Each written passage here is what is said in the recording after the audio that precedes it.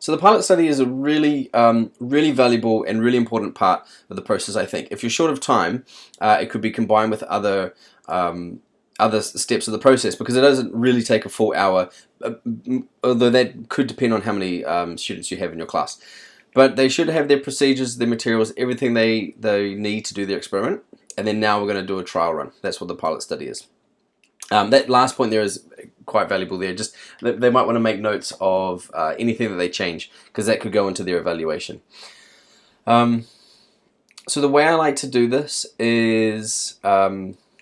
oh, hang on, I'll get to how we do it in a second. But first of all, I created a faulty experiment demo. This is based on one that some of my real students did a few years ago.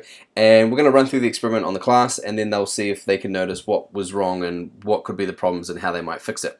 So here are the instructions. This is imagery versus rehearsal, saying that how we think about words could influence our memory. So I'm going to show it for 1 minute, and then we'll have a memory test. Now, this is what the word list looked like. And in the first draft of this experiment a few years ago, my students, this is what they tried to do.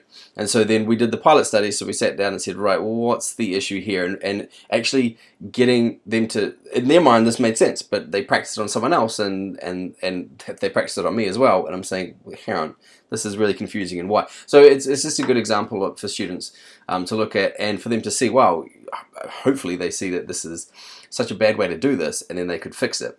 But they're also probably going to make a couple of mistakes in their own pilot study.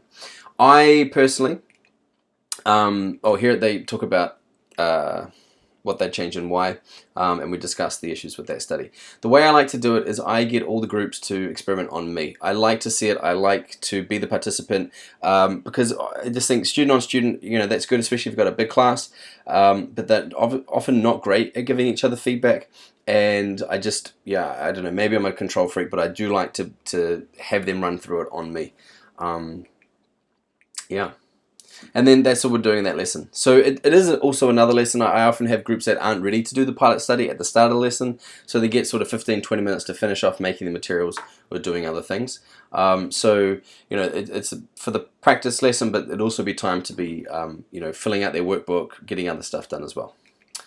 All right, and then experimentation time. Now, again, this is another placeholder lesson.